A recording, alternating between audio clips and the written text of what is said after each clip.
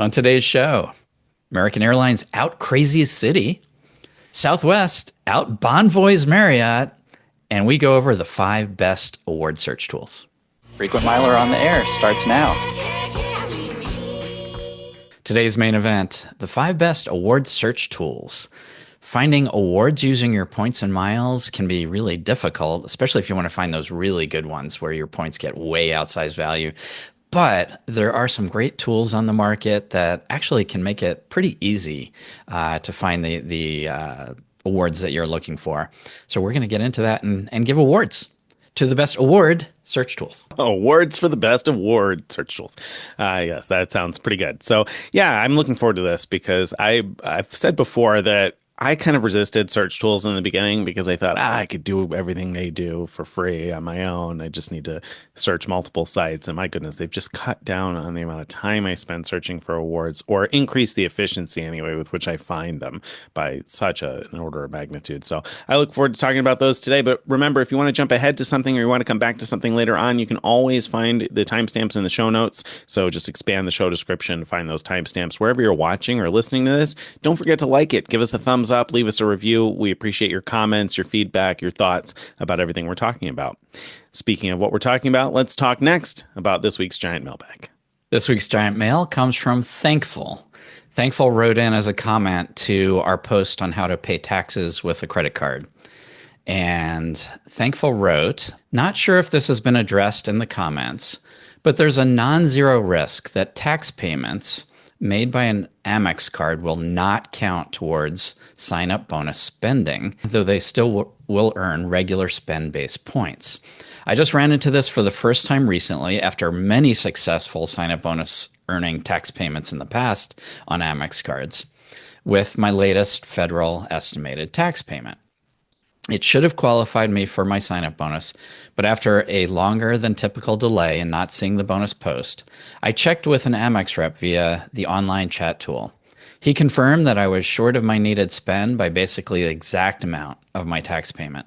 And he further noted explicitly that tax payments, both income and property taxes, are treated as cash equivalents and thus are excluded from counting towards sign-up bonuses, though they can still earn regular points. Okay. Oh, Thankful. We've heard this one before, but Thankful wrote in again 9 days later. Thankful wrote, update. Well, after all that, the sign-up bonus on the card I was referencing came through anyway, without any further purchases on that card. Just took longer than usual to post. So what the chat rep was saying, whether or not true, didn't end up applying. Could you hear the sense of surprise in Greg's voice as he read that, or lack thereof? Yeah, my goodness. We get these reports all the time. And I feel like we've addressed it on the show a number of times, but it doesn't matter how many times we address it because all the time we get new comments coming in from people saying that these aren't going to count because a chat rep told me so. And I especially kind of laughed to myself when he said there's a non-zero chance that they won't count towards the welcome bonus. And I was thinking, no, there's a 0 chance, Thankful, a 0 chance. They're going to count. There's a 0 chance that they will not count. That's what there is. So they will. And people oftentimes panic too soon. Like if I had a dime for every time someone has said that something doesn't work anymore because they just didn't wait long enough, I would certainly have a lot of dimes. Let me put it that way. So yeah, you just have to be patient. I know a lot of times points with Amex post quickly, but sometimes they don't. And sometimes they just take weeks for no clear reason. I don't know why. Sometimes things just get slowed down. And so you just have to wait. But I'm like 110% confident. And of course, something could change at any time, but like there'd be a lot of data points before I'd have to, there would have to be a lot of data points before I'd be convinced that this has stopped working, because it has worked. And there have been so many incorrect negative data points over the years that I would be much quicker to just wait than I would be to call anything dead like this. Yeah. And in fact, the IRS website that links to the payment processors that let you pay with a credit card explicitly says this should count as a purchase. I mean, it's pretty darn clear. So if you really don't get your bonus, like, you should have an avenue. You should be able to go up the chain in Amex. But as Nick said, the real answer is just wait until you get the bonus, because you most likely will. And the thing here that would have totally convinced me and made me not even remotely concerned, forget about sent me to a chat rep to talk about it, is it sounds like Thankful got 1x on the spend already. Right. So clearly it counted. It's just a lag in awarding the welcome bonus. I mean, if you saw that you got points for the purchase as though it was a purchase, then you know it was a purchase and it's being counted as a purchase. So, it's going to post. It's going to post. Just give it time. There you go. And if you want to hear more about paying taxes with credit cards, check out our episode 239 called "Pay Taxes, Earn Big Rewards" that came out last year, January 27th of 2024. And if you want to know more about how something works, never ask a chat representative. Okay, often wrong. All right, let's talk about card news. What's up in this week's card news? All right. First up, Capital One Venture X business cards have a rideshare protection benefit.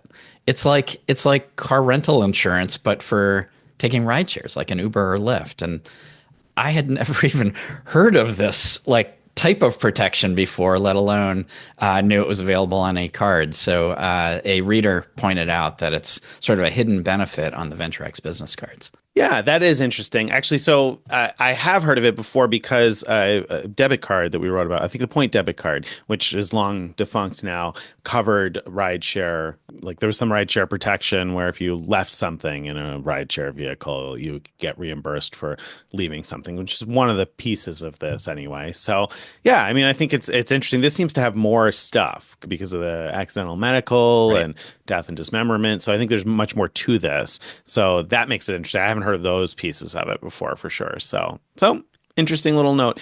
A question that I have, and I should have known the answer, but I don't know. So I'm just crossing my fingers that maybe you do. Do you know for sure that this applies to both the Visa and MasterCard versions of this card? It does, but it applies a little bit differently. Like the actual rules of what's covered are a little bit different. But yes, as long as you have the Venture X business card, you should have some level of protection. Check out our post, which will be in the show notes for details. I will point out that in that post, Stephen pointed out that if you'd prefer to pay your rideshare with a different card because it has some kind of perks that you want to take advantage of besides rideshare protection, you can kind of do both because right after a ride, so you could set up the Venture X business card as your default card, and then right after the ride, Lyft will let you change your payment as long as you do it right away.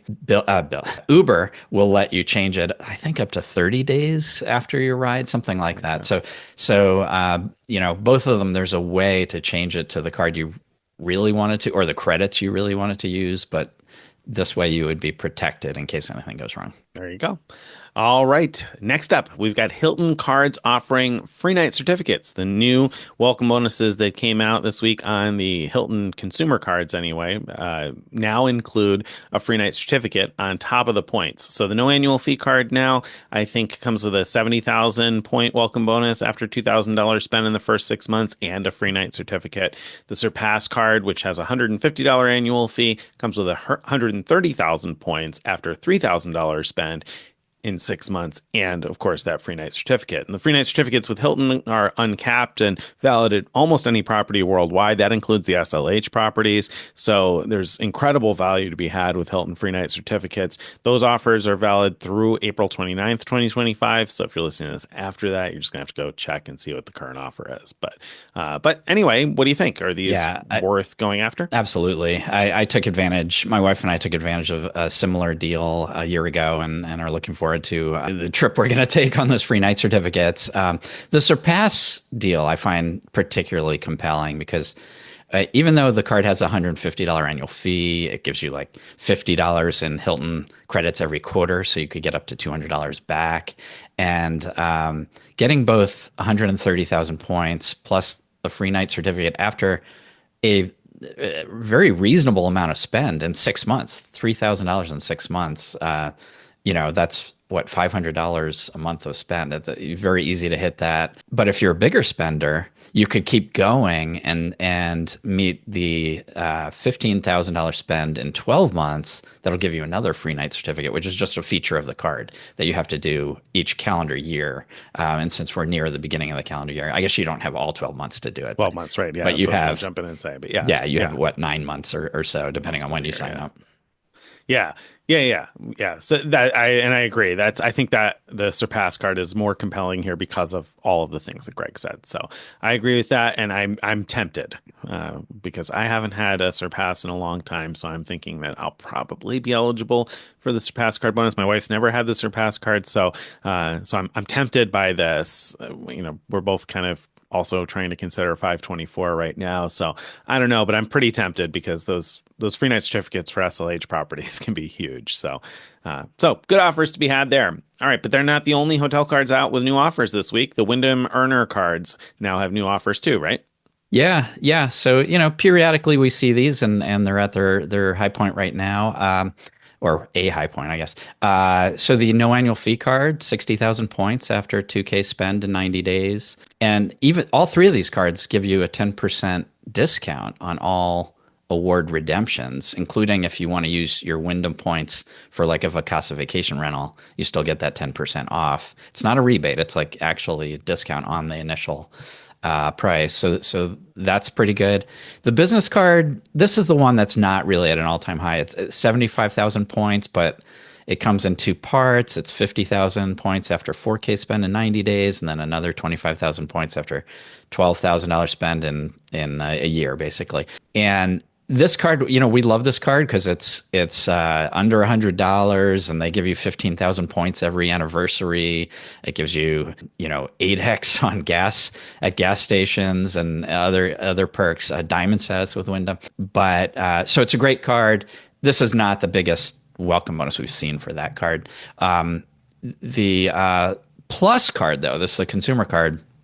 The Wyndham Earner Plus card is out with a 90,000 point bonus. I think this is the high water mark for this card as far as I can remember anyway. And it only requires $2,000 spend in 90 days to get those 90,000 points. This is a good card too. It's like not as good as the business one, but if it wasn't for the business one, I'd look at this and say this is a totally solid card for anyone who can make use of Wyndham points. Yeah, I agree. Yeah, and I think that Wyndham points have, they're one of the sort of underrated currencies because some of the properties in the Wyndham chain, many of them are more budget-friendly brands. So that may not be where you're looking. You're not going to get the same outsized value, I guess, as you do with other chains, but you can get pretty reliable value nonetheless, or at least there are a number of situations where you can get pretty good value. And I've considered Wyndham properties a number of times now on trips that it hasn't ended up being the Wyndham property in each case, but certainly it's been a consideration. The one thing that I like with Wyndham is that on top of the free night redemptions, and of course Vacasa, which Greg mentioned, and that's probably my favorite use of Wyndham points, cottages.com is a similar idea, but in the UK. But I think that the thing that probably is the unsung piece after you consider those things is the cash and points rates with Wyndham can be pretty good sometimes. The 3,000 points per night or 6,000 points per night, depending on the level of the property, plus some cash component, often yields surprisingly good value for your points. It gives you a pretty good discount. So that's another option for using points or at least getting decent value out of them. So it's not my favorite hotel program ever, but these are pretty good bonuses. So if you've been eyeing them, then now may be a good time, at least on the consumer cards. Yep. All right, let's move on. What crazy thing did Citi do this week? Citi's back. So it was a little thing. Citi just accidentally credited a client's account with $81 trillion. That'd be a nice surprise, huh? $81 trillion. Now, you would think that they were supposed to credit like 81 million or 81, something. Right. No, they were trying to credit $280. $280. This is a small mathematical error there. Yeah. Off by a couple of zeros. Yeah. So that's not. So what happened? I mean, this one, there wasn't really any fallout because they figured it out themselves internally before anything. The money never left the bank. I mean, I don't think they have that much money anyway, so I don't know how it could leave the bank. But it was resolved within, I think they said like 90 minutes before it. So yeah, no big fallout other than being publicly embarrassed once again for a big mix-up. They did something similar a couple of years ago, and I was reading this New York Times article about it that I think it was a year ago or maybe two that they They had an error that caused a stock market collapse in Europe. Wow. Whoops. Yeah, yeah. So this one, you know, Nothing is a bigger collapsed at total least. number and bigger headline number, but smaller, outcome to it other than more embarrassment for Citi. Well, good for you for not crashing anything, City. All right. But they're not the only ones this week with something interesting. American Airlines also is out there making a mistake. City partner American Airlines Yeah. is also out there with mistakes, huh? It's contagious. Yeah. So this one was reported by View from the Wing, and what happened was a passenger was due a refund of about $1,000 from American Airlines, and American Airlines did that Citi thing and actually credited them with not $1,000 but $100,000. Well, they're just anticipating. They know that over time, they're just saving themselves the time in the phone calls. That's right. So the customer actually called American Airlines and said, "Hey, you made a mistake," and actually had a lot of trouble getting anyone to acknowledge that it was a mistake. Like one person actually told them that no, it was correct. We credited you the correct. So they finally got someone to acknowledge that it was an error, and so you would think then that American would do something like nice for them to, Yeah, say thanks for not yeah, taking I the money mean, and running. they should take back the 100,000 and give them the Right. 1,000, but maybe give them some extra credits or something. No, what they did instead is they, for some reason, charged this customer $28 million. Well, I mean, they had to make up for City's mistakes. Somebody's got to do it. It's got to come from somewhere. Might as well be this passenger. Yeah. Oh man, that's no good deed goes unpunished, I guess, right? Right. It's so funny. The first part of it about like calling American and American refusing to acknowledge the error reminded me of something that happened with me years ago.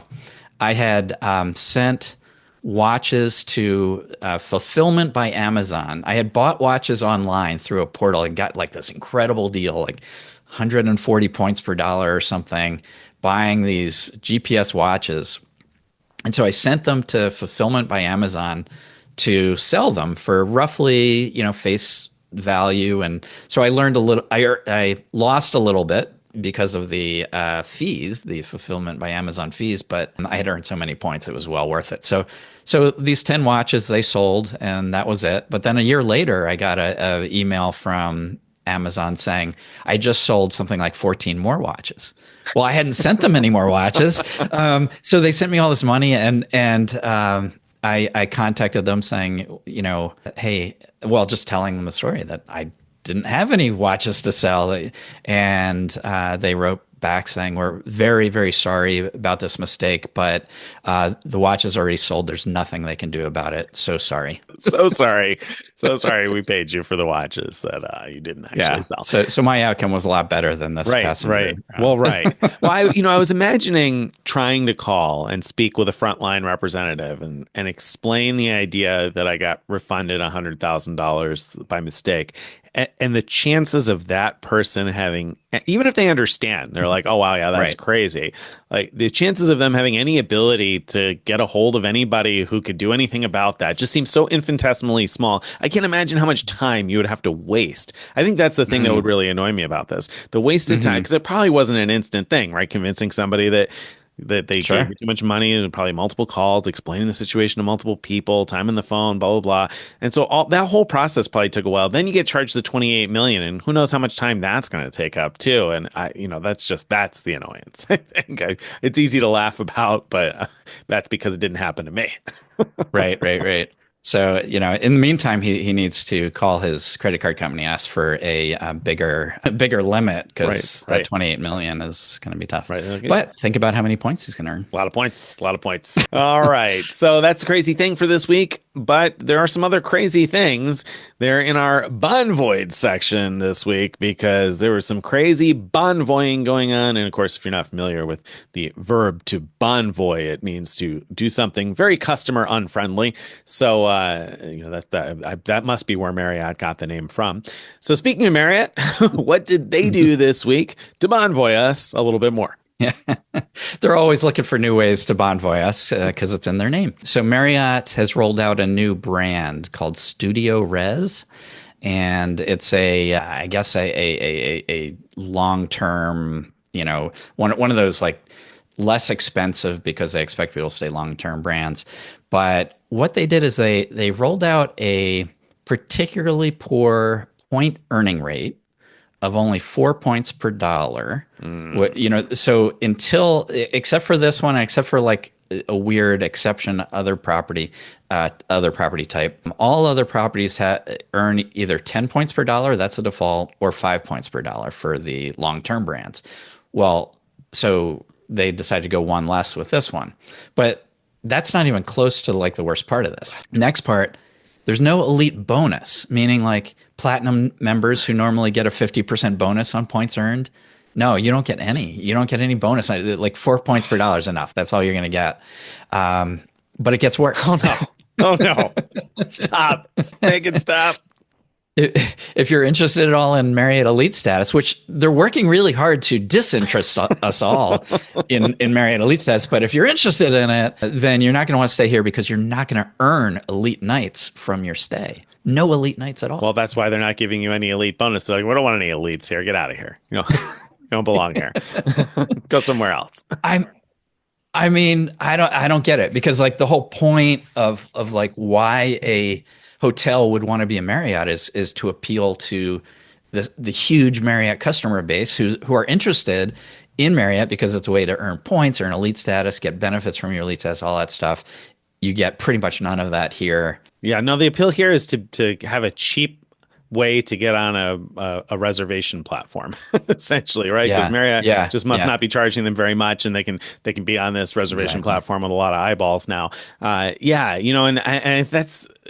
Okay. I have so many feelings about this, but my first one is that the whole idea of the elite program, as you said, is to incentivize people to keep staying and come back and blah, blah, blah. And so the people that the elite program likely wants to appeal to most are the business travelers who are traveling all the time, right? Who frequently travel or constantly traveling. And you want to get those people coming back to you again and again and again. So your long-term stay brand doesn't earn elite night credit? Like, what sense does that make? The people staying there are the people traveling for work that you want in your hotels, right? Apparently not. Yeah. Apparently not. And imagine how angry people will be when they think they're going to be earning 30 nights for a long stay or whatever it is, and they get nothing. And Marriott might say, oh, wait, it says it right in the reservation booking system. I don't know if it does or not, but even if it does, I mean, often business travelers have an admin who book for them, and they might just tell the admin, make sure to book me in a Marriott, and done. And admin's probably not going to even know what an elite night is, let alone. So anyway, Marriott, man, they are just killing us with like 1,000 cuts, just over and over and over, one thing after another. They make the bonvoid list, and it's depressing. Right. When they first bought Starwood hotels, they took a lot of what made Starwood great in their elite program, and so it made the Marriott program way better at that time. And their points also were super valuable for a while because of that. And just over time since then, they've chipped away until they're, there's just so many asterisks with like, do you want to go with Marriott? Well, and that's one thing after another. That's the piece apart from everything I already said that really, really kind of irks me here is that, so Marriott, I just looked it up. They have 36 brands, and how many different ways does breakfast already work? I couldn't even tell you, but there's like already so much confusion over that, right? Yeah, I couldn't tell you either. Yeah. There's just too many, right? And then you have the, which brands earn 10 points and which brands earn 5 points. And now we've introduced 4 points. So that opens the door to introduce 3 points or 6 points, or brands that only earn 8 instead of 10 and whatever. And so there's gonna be like a million different things. I see it going that way. And of course they went to Protea earning 1 elite night for every 2 nights stayed, and now they have this one that doesn't earn any elite nights. There's going to be so much variance that it's going to be impossible to keep track of. I'm not going to remember what you get where pretty soon. I mean, this one isn't going to make me forget all of that, but this one indicates to me that they want to do that with more. I can imagine a future where not all of the brands that earn 10 points per dollar continue to earn 10. There's going to be like an 8 and a 6 and whatever else. That stinks. It certainly could be. Yeah, yeah. Yeah. Marriott, I don't know. And now like what am I gonna do? So I have this post that I desperately needs to be revised, but where I compare the different hotel brands to hotel chains to say which ones give you like the biggest rebate. You know, we Yeah. sort of convert the Oh, points, yeah. like 10 points per dollar, we convert that into like a cash equivalent in order to estimate the rebate value. Well, how do I handle Marriott now? Like before, there were so few chains that gave you less than 10 that it was, or so few brands, right? That it was okay to just sort of gloss over that. But I don't think I can going forward. Yeah, yeah. No, it's just a complicated program, needlessly complicated, not easy to navigate. Sure, they got properties everywhere, but it's just not one that I would recommend to people. I look forward to hitting my lifetime platinum status, so I'll get my breakfast wherever I get it and lounge access now and then, and I'll be done trying to focus on Marriott because it's just getting too confusing, too much. All right, thanks for all that, Marriott. But Marriott is not the only one out there this week. Not to be outdone, Southwest decides that they are going to out-bonvoy Marriott Bonvoy. It's hard to imagine. Yeah. But they did it. Somehow, in a week where Marriott introduced a chain that doesn't earn elite night credit and earns fewer points per dollar, Southwest still beat them to the punch and bonvoyed everybody a little bit more. They sure did. They sure did. Okay, so they just overnight decided to drop the number of points per dollar you earn on their flights by a lot, unless you're getting the most expensive flights. So your wanna get away fares, which I assume that's what most people book because that's like the cheapest fares. Used to earn 6 points per dollar, now earn two. And it just happened like overnight without warning. That's like a 67% decrease overnight in Yeah. earnings. It's approaching. Yeah, I mean, it's. I guess that's worse than going from. That's much worse than like Marriott going from 5 to Right. 4, which is Right. essentially what. Anyway, so then want to getaway plus fares, which are the next level up. That I think a lot of people also book those because they're even more flexible than want to get away. That dropped down a little bit from 8 to 6 points per dollar. Wow. Yeah. I mean, I'm Yeah. wowing it because both of the cheapest fares, which are clearly the ones that the vast majority of people must be booking, have decreased the lower amount by 25% and the higher amount by the 66.6, 67%, whatever you want to call it. That's just a huge cut. And then, of course, anytime fares are still going to earn 10. So there was no change on the anytime fares. And Business Select will go up from 12 to 14. But those are the most expensive fares that really are not generally worth buying unless you're buying at the last minute and that's all that's left because the only measurable benefit I think that they offer is the A1 to 15 boarding, which you could just buy a want to get away plus or an anytime and then upgrade to that hopefully at the airport. So it Don't they also give you a free drink or maybe something? they do. Or Maybe they I do. don't know. Yeah. So maybe they give I you might be $5 or thinking of $6 drink, right? So yeah, it's like they're it's tough to justify most of the time. So yeah, I Yeah. mean, this is just nuts. And I think the craziest part for me, well, I mean, it's pretty crazy to decrease the earnings that much. And for your elite members, the top tier elites earn 100% bonus. So they went from earning 12 points per dollar on a want to get away fare to earning 4 points per dollar on a want to get away fare. And the Hmm. two things that I think are completely nutty about this is number one, that makes a companion pass way harder to earn for somebody who was earning it by buying flights and earning their points that way, through paid activity. Because now you're going The to old-fashioned way. spend Yeah. a lot more to earn a companion pass. Now, of course, people listening to this show probably mostly earn it from welcome bonuses on credit cards, and so it's not going to affect you. But the customer that they designed that incentive for is presumably the person who's paying for a lot of Right. flights, and they Right. just move that carrot way out. But even worse, I think, is that they did this overnight right away. Like there was no warning period. Yeah. So people who That's bought the thing. flights, like people who bought flights expecting to earn X number of points, are now going to earn way less than what it showed them on the checkout page that they would earn. And that's what a slap in the face that is to people who've been giving you Hmm. their money. Oh, totally. Totally. So shame on you, Southwest. I've put you into our list for a candidate for the Bonvoy Awards for 2025, which we'll announce at the end of this year. But you're, I think, our first major contender for this year. Certainly a front runner at this point, Southwest, for Yeah. the place you don't want to be the front runner for. So, all right, so that's Bonvoy, and now we've got some better news, some sunnier skies and awards points and more. First up, Alaska is apparently going to start rolling out the mixed partner awards. Now they kind of did sort of on some, but the pricing was all kind of wonky. So what's going on with this now? Yeah, so they had promised. I think they had originally promised it to start at the end of last year, but they didn't quite make that deadline. But what we're starting to see are some flights to Europe where you can mix partners on a single Alaska award, and that's important because up until now, when you're using Alaska Miles to book a partner, you could only have that one partner and maybe an Alaska flight itself.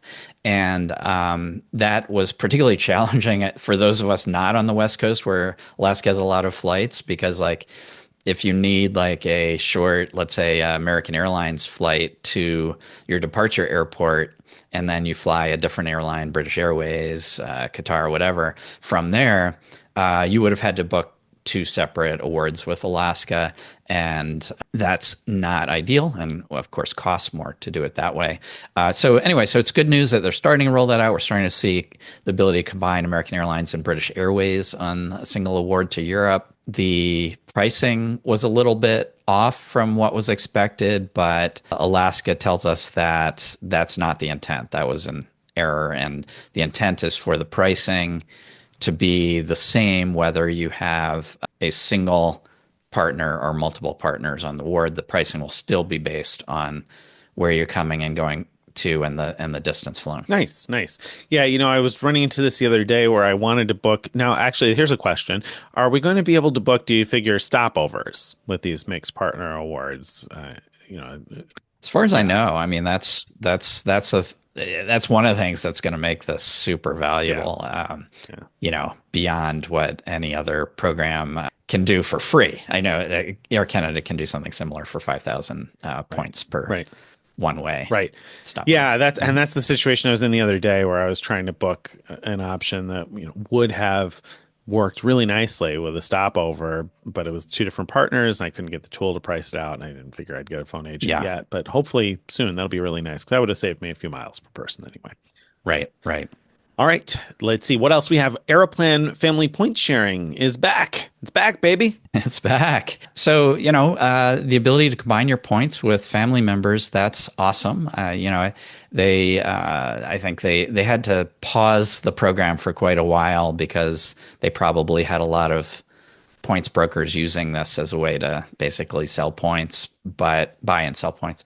But my assumption is what they've done under the scenes is put in some safeguards to make sure that people being added are actually family members or, are likely to be family members, some way of ensuring that. And as long as they do that, I think that's great. I mean, because what a great feature, especially since they don't charge for it. Yeah. The fact that it's free is awesome, and it's so intuitive and easy. In fact, it's so intuitive and easy that I had forgotten that my wife and I had done this previously when they offered it for a while before. And then at some point when I had taken advantage of the Bilt transfer bonus and transferred her Bilt points to Aeroplan, I noticed my Aeroplan balance was way higher than I expected. And it took me a minute to realize that it was because my Air Canada app was showing me the combined balance in our pool.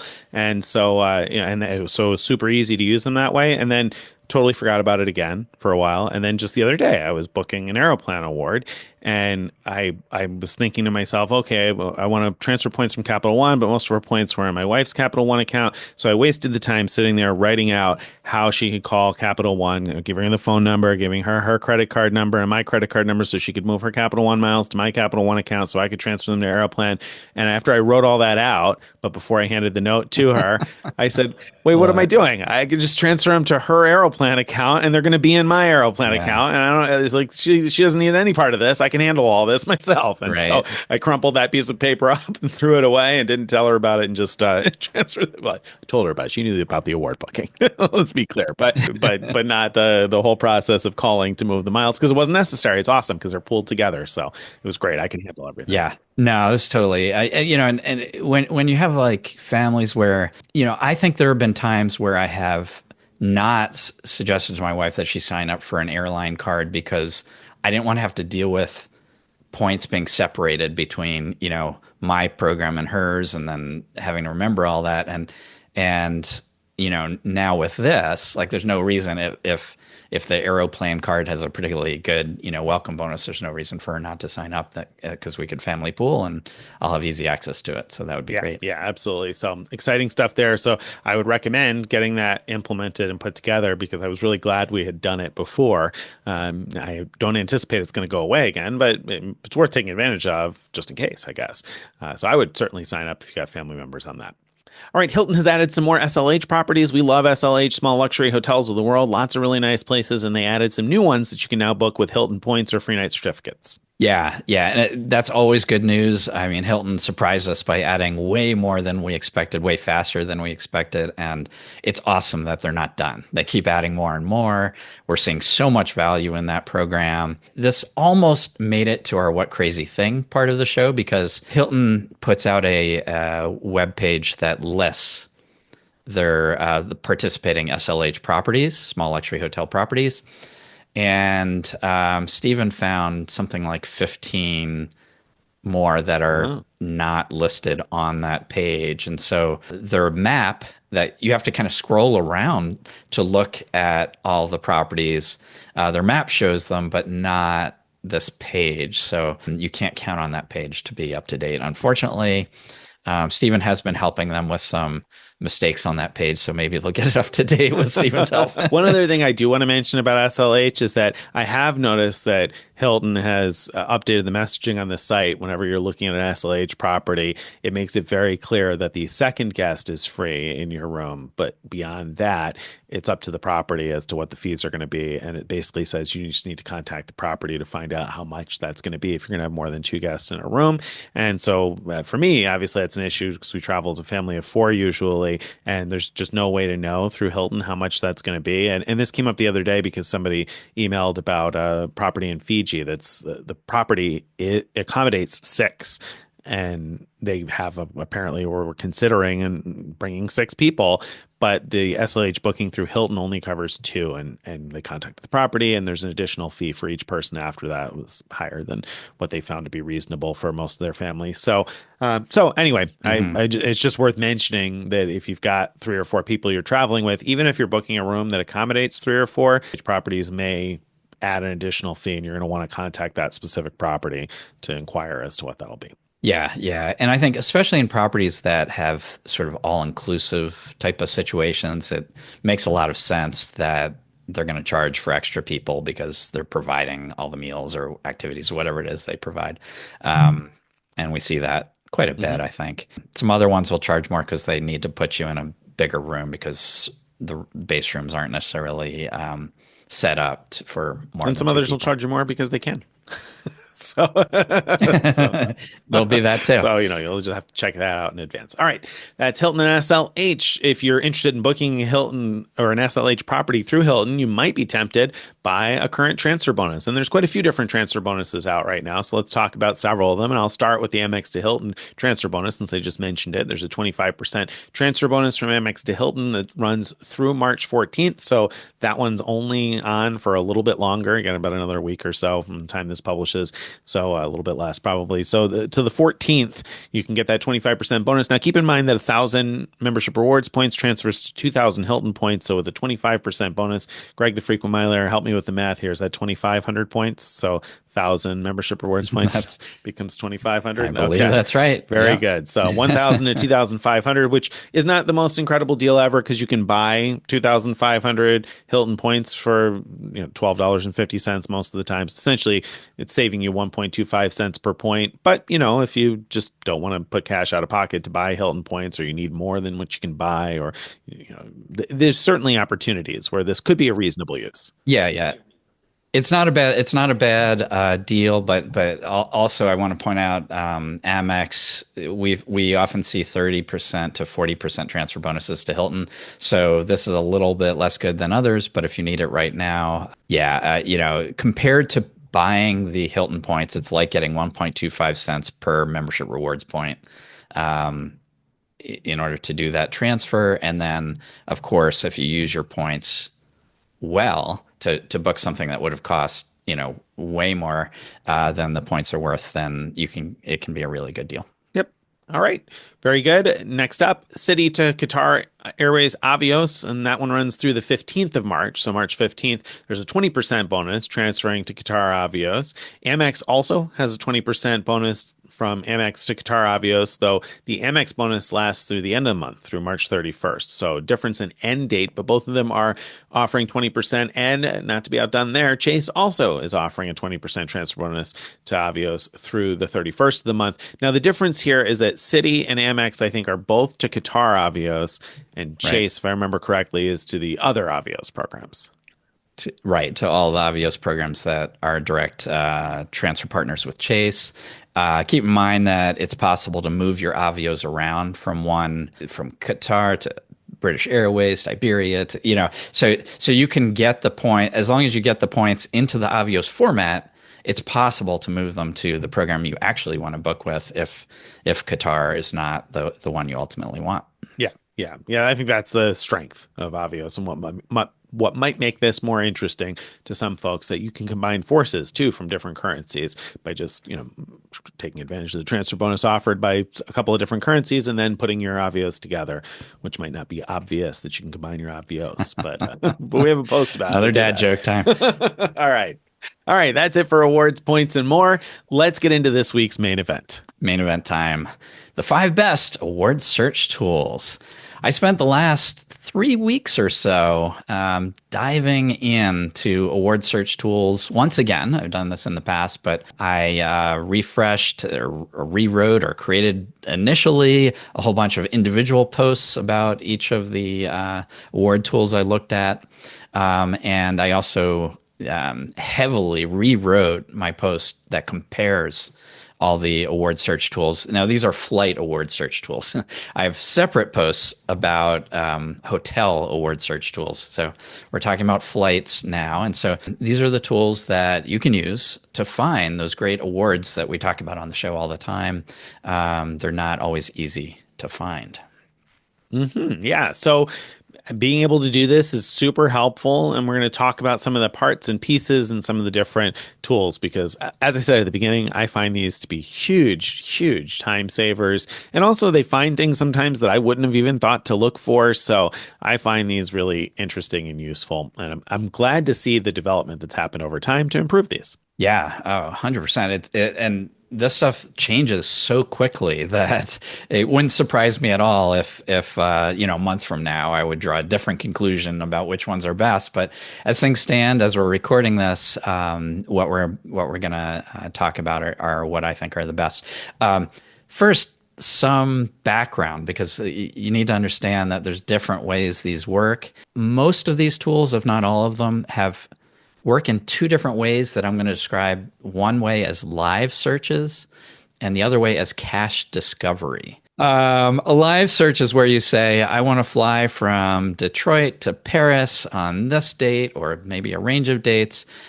Tell me what flights are available to book and how many points it would cost across a whole bunch of different programs. That's a live search, and generally with most of these tools, you put in that kind of criteria, you press go, and maybe in around 20 seconds, you either start to get results or have all the results in about that amount of time. And what they do is they list, for example, there might be a Lufthansa flight where you could fly Detroit to Frankfurt to Paris, and they'll generally tell you which award program you could book it with. You wouldn't necessarily book with Lufthansa miles. You would book with United or Avianca Life Miles or Air Canada Aeroplan, for example. So, and the good tools also show you how much the taxes and fees would be for those awards as well. That's live search, so key. But another thing is key too, cached discovery. What this is tools pre-search a whole lot of routes and cache the results. And they do this every few hours, every few days, whatever. They have different periodicities that they do different routes and everything. But the point is, they have a big database of like awards that at least at some point in time were available, and they make it easy to find them quickly. So a typical cache discovery tool would be like, I want to fly from Detroit to Europe anytime over the summer, like in this like 60 or 90-day range.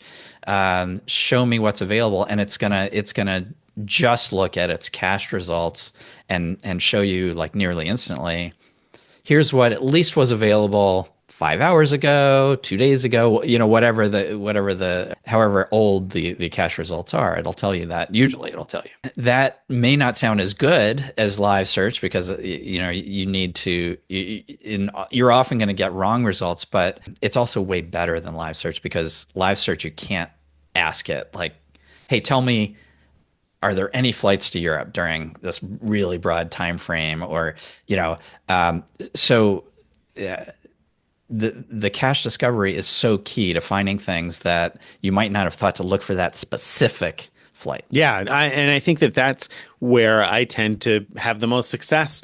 It's oftentimes not looking for specifically what I thought I was seeking out, or maybe in my case, I guess I do search from a broader perspective, like Greg's saying, where I'm most interested in just getting to Europe, and it doesn't necessarily matter where. But that often means that I do end up finding awards that in fact, just the other day, I wrote about booking with Alaska, and I booked a Condor flight from Frankfurt to JFK, so Frankfurt to New York, and Condor wasn't anywhere on my mind when I decided that I was going to look for this trip. It wasn't something that remotely had entered my brain, and in fact, I so associate Alaska when I'm thinking about Europe with British Airways that it's almost an afterthought because the taxes and fees are higher than what I want to spend on the British Airways flights. So it's like the last program that I typically think to search for flights to and from Europe. And then here I found 5 seats on a nonstop flight on Condor that I wouldn't have considered. And Condor looks nice. Everybody that I've known that's flown it said it's been really good. And so it was just a great example of a time where a search tool showed me something that wasn't anywhere near my brain. Which tool before. did you use? I used a word tool. I used a word tool. Did you use their cache discovery, or did you put in a whole bunch? I didn't. I put in a whole bunch of destinations, but had I used I put in a lot of destinations, though. I put in more than most people probably do, and it probably would have been faster because I ended up doing that 6 or 7 times instead of just using the discovery tool. Well, you just never know because the live search, is going to find things that might not have been cached. True. So they're both worth looking at for sure. Mm-hmm. All right. Next thing I want to explain is how important alerts are. If you go to do an award search and say you've got your heart set on going to Australia somewhere in this time window, you know about flexibility, so how important flexibility is. So you're smart enough to look at flights to Melbourne and Sydney and wherever, and you still don't find anything. That's not the time when you give up. You don't just say, "Oh, there are no awards available. I give up. I'm going to fly. I'm going to just pay for an economy flight that's an 18-hour flight or whatever." No, what you do is you use a tool that lets you set alerts so that you'll be alerted when these awards open up, because award availability changes all the time. And if you just give up after you do your live search, that's not going to get you the best flights at all. So yeah, and I'll mention with that. So I think a lot of people, that especially people who are newer to the game, but still probably a lot of people that have been in it a while, think about searching for a round trip before they want to book anything. They need to have availability in both directions before they book anything. But these award alerts, I think, make it a lot easier to accept booking half of a trip. I mentioned in the post I wrote about Alaska Mileskin the other day that I booked half a flight to Bora Bora, like a half a trip to Bora Bora. I booked the return flight from Tahiti to the United States, and I booked the hotels. I don't have a way to get to Tahiti and Bora Bora yet, but I set up alerts for a bunch of different routes, and I'm confident that in the many months between now and then, I will hopefully, probably find something else available. So I'm not going to wait until I find both directions. If I find one that fits my plans really well, as I did, I'm going to lock that in and book it, particularly since I was booking with a program that offers free cancellation, and then set alerts for the other direction. It kind of frees up the brain to do that and say, okay, I don't even have to think about this on a day-to-day basis. I can let the tool do the heavy lifting, and it'll let me know when it Yeah, finds something. yeah, totally. And I've used it many times that way as well. Like I've booked an outbound with, because I found it and I just set up alerts for the return, knowing something will come up, and it usually does. And obviously we can't guarantee you Right. that it's not going Right. to work 100% of the time, especially if you're like traveling over holidays that are very busy and to and from Hawaii, just forget about it. But for more general searches, in most situations, something decent should come up, especially if you have transferable points so that you can transfer to whatever program has the best awards available. So, Great so point. I mentioned, for example, before flying Lufthansa, you might book with United or Air Canada or Avianca Life Miles. The reason that those are all on the table for me is because of transferable Yeah. points. I can move points to one of those programs as needed. The other thing I want to point out before we give the awards is how important having a flexible live search is.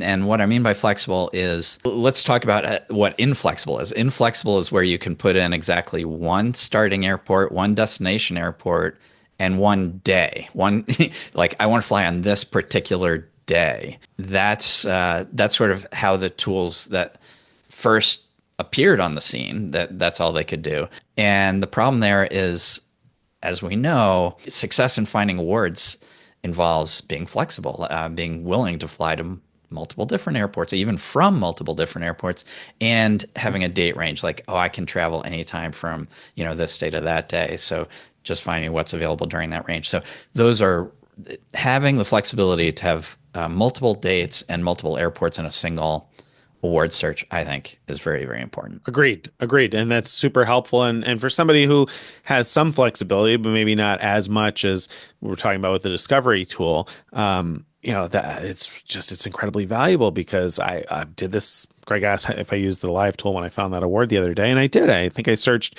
from 8 different airports in Europe to 2 or 3 or something like that in the United States for like a couple of different dates. So I could play with which parts of it I wanted to be flexible. So having some flexibility like that, and we'll talk more about that when we discuss the awards probably, it really does open up the ability to find more stuff. It sure does. All right. Ready for Which the is best, Greg? awards? The Yes. awards for the award tools? All right. So we're going to have multiple categories. And I'll start Okay. with the best overall. I'm going to give that award to Points Yeah. So Points Yeah, it's a capable fee-free tool. It allows Nice. you to do live search across, if I remember right, a 4-day date range. Only allows for the free version only one, origin airport and one destination, but still that's pretty good. And I think if I remember right, it allows some alerts even at the free version. It also has what I consider the best cache discovery capability. And it's not really because of its features. It has good features, but it's actually because of its results. So Hmm. I did a couple different times. I did experiments where I just imagined, for example, a family. In this case, in the most recent case, I did imagine a family of 4 that live near in Denver and want to go to Europe during summer break. They don't, Yeah. just tell me, and they want to fly business class. Show me what's available. I tried this on all the tools that do cache discovery. None of them came up with anything good, except Pointia came up with a really good Ah, answer. And we were able to fly the whole family in business class to Paris at a very good rate. And somehow none of the others had that in their cached systems to be found. So Pointia, came through, and that's huge. Pointia, now, if you go to the pro version of it, it goes to an 8-day date range for live searches and allows you 2 origin and 2 destination airports at once. So that's all, very, very solid. And it supports a lot of different loyalty programs as well that it searches across all of those. So all around, it's just a solid tool. It also throws in a pretty capable hotel award search capability as well. Nice. Yeah, the hotel award search tools don't sleep on those because those can also be very helpful, especially for setting alerts. So we can talk more about that on a different day and talk about those tools. I used Points tool or Points yeah a lot when it first launched, and I haven't been using it as much lately. And really, it's a matter of habit. And I think that something important to point out here is what Greg said at the beginning, that he completely rewrote his post about this stuff because so much has changed. And so even if you've used one of these in the past, it's worth checking it out again because a lot has probably changed since you last used it. Even if you only last used it 6 months or a year ago, I'm willing to bet Yeah. that there's probably a fair amount that's changed in the time since. So it's worth checking Yeah. these out Yeah. again. Okay. Now I have the runner up for the best overall tool, which is Award Tool. Now, Award Tool, feature wise, beats the heck out of Points, yeah, because it gives you what I'm calling 32, well, the pro version gives you what I'm calling 32 degrees of freedom. And what I mean by that is you can choose whether to use those 32 degrees of freedom to do a huge date range. You could search like from Detroit to Paris across a 32-day date range and do a live search across a whole month at once, and it comes back pretty quickly. Or you could choose to do a pick exact dates. I have to fly to Europe on this exact date, but I'm going to put in 32 different destination airports. I'm going to pick every airport in Europe pretty much as my destination. Or you could do like a bunch of combinations where you multiply the numbers together, like 4 origin airports to 4 destination airports. That's 16 degrees of freedom because 4 times 4. And so then you could do a 2-day date range on top of that. And so the flexibility is just amazing. And I use those features all the time, but it's But very, very buggy. yeah, yeah. And even though it's a discovery tool appears to be more capable, that is, it has more features than Points Yes, I just haven't found good results when Yeah. I've Yeah. used You it. know, the buckiness is certainly an issue. In fact, while we were talking here, I took a look at a particular route just out of curiosity, and it came up with no results at all. And I was like, that can't be right. I like tried it a couple times and didn't work. So then I added an airport code, didn't take anything away, just added an airport code. And all of a sudden, one of the airport codes that was already in there found the availability. And so, Yeah. and that doesn't Yeah. happen to me all the time. But then I guess I don't know how often it happens because I don't always hit the button again. So, so that's the downside. I think you're absolutely right. But for me, the upside is enough that I still end up using this tool all the time. I didn't do the math well quickly before, but when I said I found that flight the other day, it was because I had 2 dates when I was, I was like, okay, well, this is the tail end of the trip. I want to go home this day, or it could be the next day. We could extend the trip by an extra day if need be. So I had 2 dates when I wanted to fly and 2 airports in the US that I was willing to fly into. So I had the ability to have 8 different origin airports in Europe, which was fine because we didn't know where we wanted to go exactly at the end of the trip. So I could take a look for availability and then see what works around that availability. So I could put in 8 different airport codes and have those 16 sort of routes searching over 2 days. It's so powerful. Or then when I was looking for the Tahiti trip, I was Mhm. like, okay, well, it could be any time during this month because there's availability basically all month at the hotel that I want. So I could search 30 days on one route because there's only a couple of routes anyway where you could get to Tahiti from the US. So I could just do a couple separate searches for 30 days and see, okay, which one has availability. So yeah, I find the ability to customize that to be the feature that I use the most. So I really Yeah. love that. Yeah, 100% for live searches. That's so key. I should have mentioned before that cache discovery tools also allow alerts. So even with like Points, yeah, you could do something like say, I want to set an alert for Europe to New York or Europe to United States if you want even more broad, and just have it tell you, and you can set some criteria like I'm looking for 4 business class seats or whatever it is, and then you get an email whenever it's cache discovery information adds qualifying flights, and so that's really really Yeah. powerful as well. Very good. All right. So best overall was Pointia, and award tool was a runner up, but we said five best award search tools. So you've got some other awards to hand out. Yeah. Okay. So best for beginners, Point Me. Now this one, it's so weird that this is on the best of list because it doesn't it doesn't offer alerts. I mean, I said before, like to me, that's like a minimum criteria for a good tool. It doesn't allow you to have multiple airports, except for like where like New York City. If you put in New York City, then it'll do like the New York City area airports, but a lot of tools will do that. It doesn't let you do a date range. It pretends to. Like it'll show that it's doing plus and minus 1 day, but in the search results, you're just seeing the 1 day you picked, and you have to click a tab to see the day before, and it reruns the search for the day before. So it's not searching 3 days at once. It's just Right. making it easier to navigate back and forward 1 day. And it's really slow.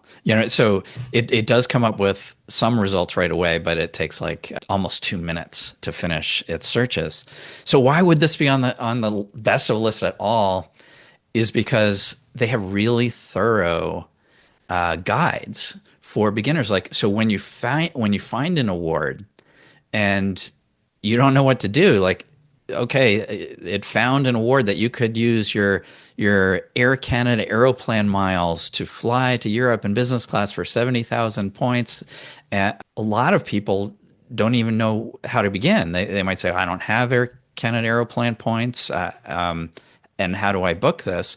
So it'll step you through, here's how you could transfer your Amex or Chase or Capital One points to Aeroplan. And here are the steps to then book that award that we showed you. And I just think that's so key because that is such a hurdle, I think, for people that are starting out new. It is. It's a daunting process that I often find people are just intimidated by.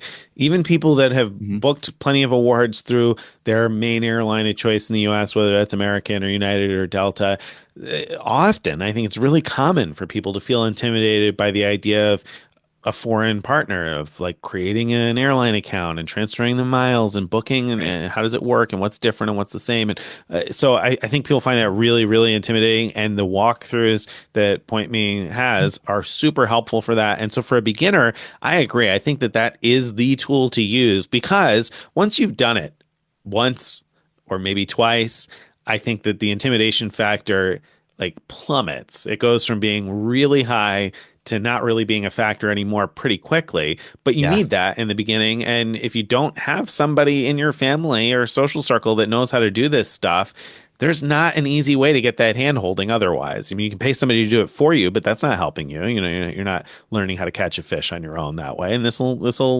help you learn how to catch that fish so that you can fish for yourself in the future. Yeah. Yeah. Totally. All right. Next award, best for experts, seats.aero. I just love this tool, but it's super geeky. I mean, this is like the opposite end of the spectrum from Point Me. You really, to get the most out of this tool, you need to know what you're doing. And so, for example, it handles cache discovery differently from all the other tools. My favorite feature is it has this explore capability where it lets you quickly explore its cached results. So Seats.Arrow runs searches all the time behind the scenes, caches all the results. It's constantly refreshing them. And if you know which loyalty program you want to search, you go to that one and you quickly get a table of all the results and you could quickly filter it to what you want. And here's the thing, like, let's say you're looking for Qatar, business class awards. You don't go to explore Qatar obvious because that's not an option in its menu. Instead, the best one to search is Qantas. So Qantas is a partner, and will have the best award availability for searching for Qatar flights. And so it really takes a level of understanding of this stuff That's way beyond most beginners or even mid level, I think, award bookers to really know how to get the most out of this tool. But once you do, it can't be. I use this tool all the time for special purpose things, like what I just described, like finding that specific, Qatar business class flight, finding a specific Japan Airlines first class flight, whatever it is. Yeah, yeah, it's a really cool tool to use, and if you have the pro version, you can look at 365 days of results at once. So you can look at a whole year across a bunch of different programs to find cash results. So if you just got points and flexibility, and you want to take a look around and see what there is out there, it's definitely an awesome tool for that. And I enjoy using it that way, and being able to see what's available. And then sometimes it's helpful too because there are a lot of programs with this, married segment logic where the nonstop that you were looking for might not be available. Maybe that flight is available with another leg in it, and tools like this can help you find that more easily. 100%. All right. Final category, best add-on. I had trouble thinking of like, what do I name this category? But basically the idea here is there's a tool that regardless of what you use as your primary award search tool, you should add this one on as well.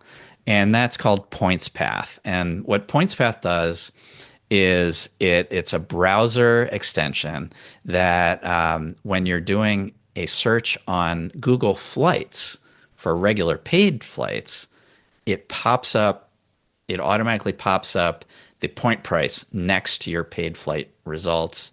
And I can't tell you how many times I've gone to do searches for paid flights domestically and seen, oh my gosh, instead of paying like, let's say $600 for this American Airlines flight, I can pay 4,500 Alaska miles. And it's because of this tool showing me that. Yeah. This tool to me is like, I remember back when smartphones were kind of first becoming a thing, and I resisted it for a long. I was like, I don't need a smartphone. I have a laptop, check my email and surf the internet. I don't need a smartphone. I don't need access to all that on in my hand. I got that covered. I just need a phone that makes phone calls. All I want is my phone to make phone calls and maybe send text messages. And I resisted for a long time. I was like, I don't need that stuff.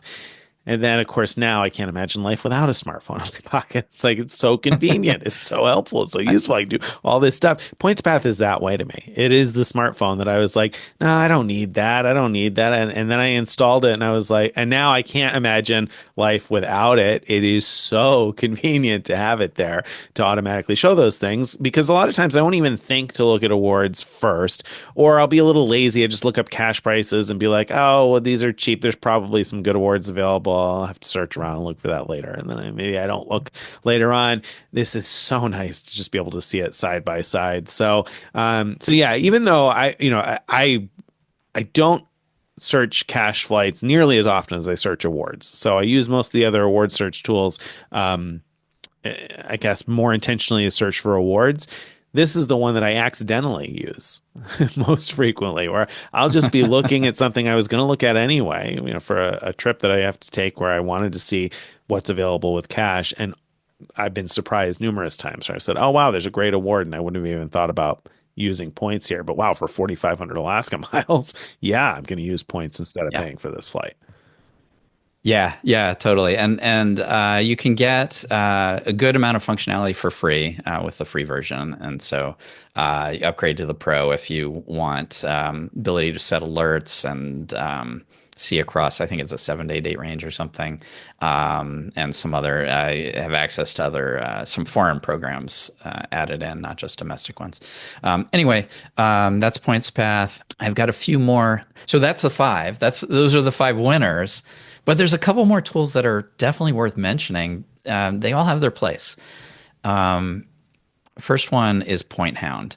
So PointHound is a great alternative to beginners who don't want to pay for PointMe. So PointHound, it's free, and it's faster than PointMe. It has some more functionality than PointMe. Doesn't have as many loyalty programs covered, but still, it has a pretty good number of them. And it has guides showing you how to book things. They're from when I looked at it, I don't think they're anywhere near as like well flushed out like hand holding as Point Me, and that's why Point Hound didn't win that category. But I think it's definitely worth looking at if you're a beginner. Plus, you can actually start using it without even signing up, which is really unique. I love that feature of Point Hound that you don't have to create an account. You can just start doing searches and see if you like it before you commit anything by. You're not really committing much, but if you sign up, then you start getting emails and whatever with it. All right, that's not the only one worth mentioning, though. You got another one on the list too, right? Yeah, yeah. So Rome, if I had to pick like a third best all around, it would be Rome. Rome, ROAME dot travel is the URL. It's pretty solid all around. It just not doesn't have quite as many features as Points, yeah, and Award Tool, so it didn't make it in the top two. But it does have some things like, and these things change all the time. Like which loyalty programs are supported by the different tools changes all the time. But as we're recording this, Rome supports Qatar Avios. So searching directly through Qatar's website or program, and the other two contenders there don't, and that's so important because there's a lot of awards that are available directly to Qatar's own members that aren't available to partner programs to fly Qatar. So if you really have your heart set on flying Qatar, Rome is probably right now is the way to go to look for those awards. Yeah, and that's really good to know, especially with the 20% transfer bonus to Avios as we record this, the time when this is going to release, then knowing that that would be your tool for finding some good opportunities through that program is important to know. So, yeah, I think that goes to the point that even though we're picking bests for various categories, we couldn't just pick one. We had to have various categories because there's different tools to like for different reasons. And even with the best for this and best for that, there's still caveats because there's still stuff that's going to vary from person to person. So it's worth checking out all the different tools. They're kind of fun to play with if you like searching for awards anyway. So it's worth kind of checking them all out, I think, and giving them all a test drive to see which one or ones might make most sense for you. Yeah. And it's worth mentioning all three of my picks for best overall have free versions that are not as powerful as the pro versions, but you could sign up for all three and you get a good amount of functionality with those three, and then also add on the free version of Points Path, and so on. As Nick said, you totally can just play around with a bunch of them even before committing any money. Very good. All right. I think that wraps up our main event. Don't forget to check out our posts, our accompanying post, which award search tool is best. Greg has done a great analysis, and so you can get more detail, or if you can't remember everything all at once, you want to go back and read more about this, that's where you'll want to check it out. There'll be a link in the show notes. Yep. You'll also find some discounts for if you are going to pay for any of the tools. So definitely check that out before you sign up for any tools, because you might as well save a few bucks. There you go. Good tip there. All right, that brings us to this week's question of the week. And this week's question of the week goes back to a recent main event and asks, what to do with my Capital One miles. So Matt wrote in and said, I've been sitting on 100,000 Capital One miles since earning the initial Venture X welcome bonus in 2021. Been sitting on these for 4 years now. So I was very eager to listen to the Frequent Miler on the Air episode 293, Capital One, get more for your double miles. However, I finished the podcast still not knowing what to do with my miles. Of course, I always check to see if I can get better value transferring to partners than using the travel purchase eraser. But whenever that's the case, I've always opted to use Amex membership rewards because they offer most of the same partnerships as Capital One. Membership rewards points are more easily replaceable, and Amex often features better and more frequent transfer bonuses. Furthermore, Turkish isn't as useful after their big devaluation last year, and United is releasing fewer and fewer seats to partners. While I love redeeming Wyndham points for Vacasa stays, I replace those with Easy Spend on my Wyndham Earner business card, or when they sell points for under a cent each. So, do you think I should just start using my miles to erase non-flight, hotel, and travel purchases? Would you recommend holding on to a minimum stash of Capital One miles, and how many? Thanks, Matt. So, what should Matt do with these Capital One miles? Yeah, I thought this was a great question and really insightful. Especially about what he wrote about American Express points being easier to replace, have most of the same partners that you're going to transfer to, and having more transfer bonuses, more frequent transfer bonuses is so Hmm. true. Like, when Capital One first started doing these transferable points, they would have like a new transfer bonus every month or so.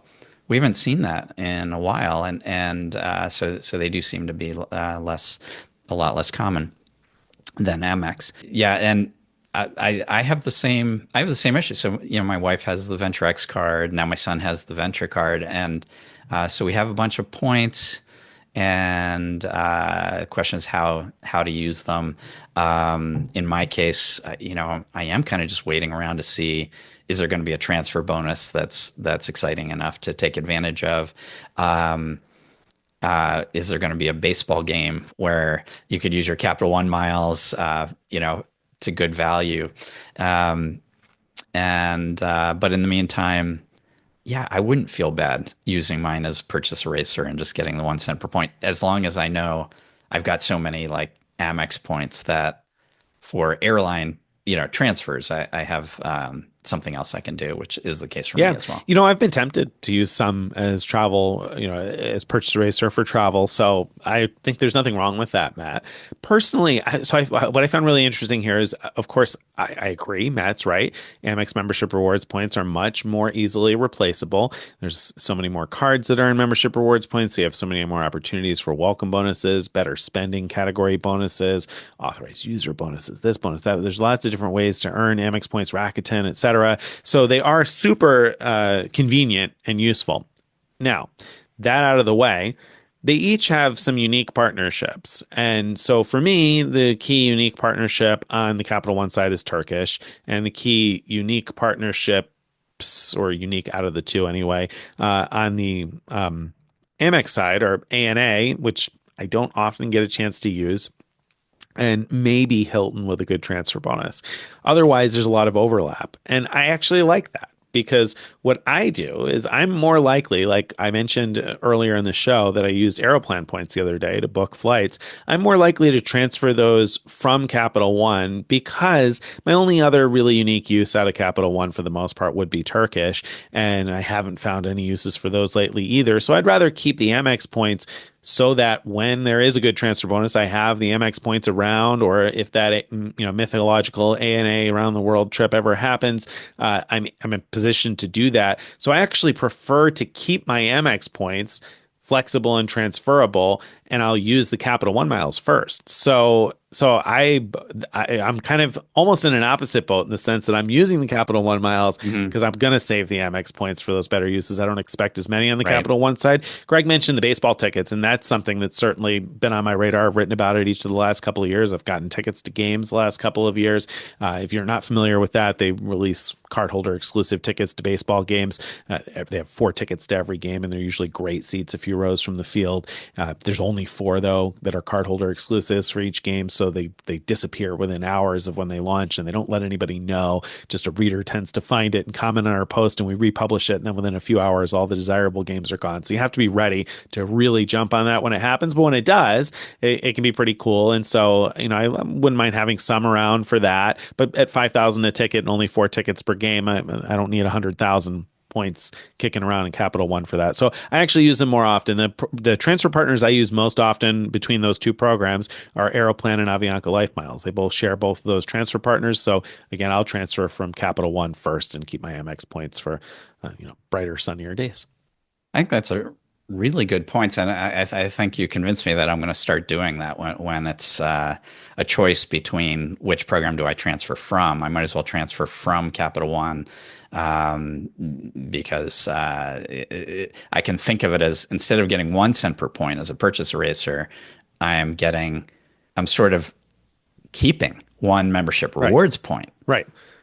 per Capital One point by spending it that way. So as long as I value the membership rewards points more than a penny each, it's better than using it as a Well, and if you got purchase the Schwab eraser. Platinum card, then you could cash out membership rewards points at 1.1 cent per point, which is better than the purchase eraser anyway.